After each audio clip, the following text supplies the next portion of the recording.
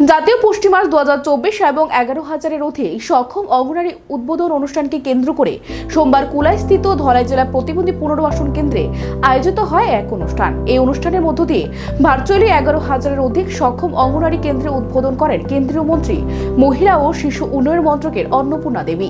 আয়োজিত অনুষ্ঠানে উপস্থিত ছিলেন আমবাসা পুর পরিষদের চেয়ারম্যান গোপাল সূত্রধর, আমবাসা পঞ্চায়েত সমিতির চেয়ারপারসন হেমালি দেববর্মা, ধলাই জেলা সমাজ কল্যাণ ও সমাজশিক্ষা দপ্তরের আধিকারিক আবেদ হোসেন সহ অন্যান্যরা।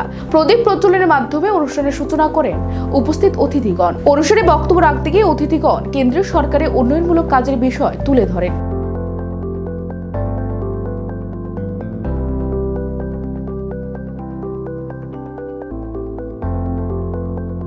এবং সবসময় অঙ্গনওয়াড়ি কেন্দ্রের শুভ উদ্বোধনে যারা আমরা সবাই এখানে মিলিত হয়েছি, ভার্চুয়ালের মাধ্যমে আজকে আমরা সেই সবসময় অঙ্গনওয়াড়ি কেন্দ্রের শুভ উদ্বোধন আমরা দেখবো, যেটা আজকে ঝাড়খণ্ডে উনি সেখানে মূল অনুষ্ঠানটা হচ্ছে ঝাড়খণ্ডে।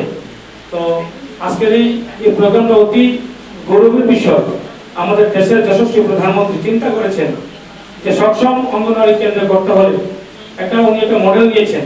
11,000-এর বেশি আজকে উদ্বোধন করবেন। আমাদের ধলাই জেলাতে প্রায় 200 দিচ্ছে এবং আমবাসায়ও আছে। অতএব ধলাই জেলাকে একটা সময় পিছিয়ে রাখার জন্য চেষ্টা করা হয়েছিল একটা সময়, এই দেশের অন্যান্য সরকার ছিল, কিন্তু আমাদের সরকার আসার পর, এই সরকার আসার পর ধলাই জেলাকে পিছিয়ে রাখা হবে না। ধলাই জেলাকে অনেক এগিয়ে গিয়েছে আমরা।